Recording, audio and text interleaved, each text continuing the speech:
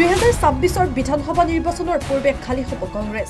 বিধানসভা নিৰ্বাচনৰ আগে আগে পুনৰ কংগ্ৰেছ দল গৰাখহনীয়াৰ বাবে সাজু হ'বৰ হ'ল। বিধানসভা নিৰ্বাচনৰ আগে আগে কংগ্ৰেছত কোনো নাথাকিব, সকলো বিজেপিলৈ যাব। সম্প্ৰতি বিদ্ৰোহে চানি ধৰা বিজেপিৰ পৰা বহু নেতাই কংগ্ৰেছত যোগদান কৰিব বুলি ওলোৱা বাতৰিয়ে ৰাজ্যত তোলপাৰ লগোৱাৰ সময়তে মুখ্যমন্ত্ৰী ডক্টৰ হিমন্ত বিশ্ব শৰ্মাৰ বিস্ফোৰক মন্তব্য। 2026 অসম বিধানসভা নিৰ্বাচনৰ আগে আগে পুনৰ কংগ্ৰেছ দল যেন গৰাখহনীয়াৰ বাবে সাজু থাকে। শুনোৱা হওক কি কৈছে মুখ্যমন্ত্ৰী ডক্টৰ হিমন্ত বিশ্ব শৰ্মাই। কংগ্ৰেছৰ পৰা বিজেপিলৈ যেতিয়া দৰ্জনে নেতা আহে তেতিয়া আপোনালোকে এইটো আলোচনা নকৰে। গতিকে আলোচনাটো সমান হ'ব লাগিব নে নাই? আজিতো কংগ্ৰেছ দলত এক প্ৰকাৰ কোনো মানুহেই নাছিলে, চবেই বিজেপিত আহিছে, সেইটো আলোচনা হ'ব লাগিব। তাৰ মাজত বিজেপিৰো দুই এজন কংগ্ৰেছত যাব, তাৰো আলোচনা হ'ব লাগিব। গতিকে অহা যোৱা ৰাজনীতিত চলি থাকিব। কিন্তু এটা কথা ঠিক যে বিধানসভা ইলেকশ্যনৰ আগে আগে কংগ্ৰেছত কোনো নাথাকে, চব বিজেপিতে আহিব। অসম জনসংঘ হ'ব পাৰে, আমি শুভেচ্ছা জনাব লাগে। হিন্দুৰ স্বাৰ্থ সুৰক্ষিত কৰা যিমান ৰাজনৈতিক দল হয় তাক আমি আদৰণি জনাব লাগে। গতিকে অসম জনসংঘ যদি হয় মই শুভেচ্ছা জনাইছোঁ, কাৰণ যদি হিন্দুৰ স্বাৰ্থ, অসমীয়া খিলঞ্জীয়া লোকৰ স্বাৰ্থ সুৰক্ষিত কৰিব পৰা যিমান ৰাজনৈতিক দল সংগঠন হয় সিমানেই জাতিটোৰ বাবে ভাল খবৰ। গতিকে তাক আমি আদৰণি জনাব লাগে।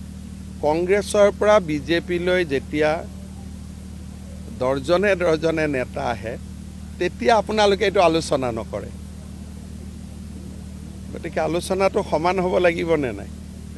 আজিতো কংগ্ৰেছ দলত এক প্ৰকাৰ কোনো মানুহেই নাছিলে, চবেই বিজেপিত আহিছে, সেইটো আলোচনা হ'ব লাগিব। তাৰ মাজত বিজেপিৰো দুই এজন কংগ্ৰেছত যাব, তাৰো আলোচনা হ'ব লাগিব। গতিকে অহা যোৱা ৰাজনীতিত চলি থাকিব। কিন্তু এটা কথা ঠিক যে বিধানসভা ইলেকশ্যনৰ আগে আগে কংগ্ৰেছত কোনো নাথাকে, চব বিজেপিতে আহিব। অসম জনসংঘ হ'ব পাৰে, আমি শুভেচ্ছা জনাব লাগে। হিন্দুৰ স্বাৰ্থ সুৰক্ষিত কৰা যিমান ৰাজনৈতিক দল হয় তাক আমি আদৰণি জনাব লাগে।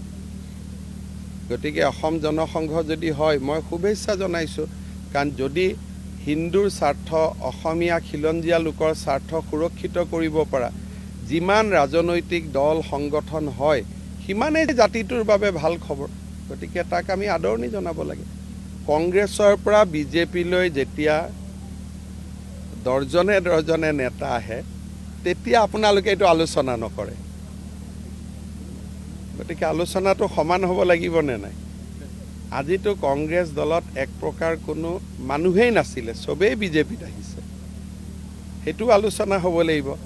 তাৰ মাজত বিজেপিৰো দুই এজন কংগ্ৰেছত যাব, তাৰো আলোচনা হ'ব লাগিব। গতিকে অহা যোৱা ৰাজনীতিত চলি থাকিব।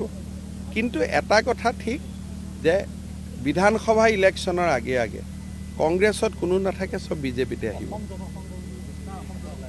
অসম জনসংঘ হ'ব পাৰে, আমি শুভেচ্ছা জনাব লাগে। হিন্দুৰ স্বাৰ্থ সুৰক্ষিত কৰা যিমান ৰাজনৈতিক দল হয় তাক আমি আদৰণি জনাব লাগে। গতিকে অসম জনসংঘ যদি হয় মই শুভেচ্ছা জনাইছোঁ, কাৰণ যদি হিন্দুৰ স্বাৰ্থ,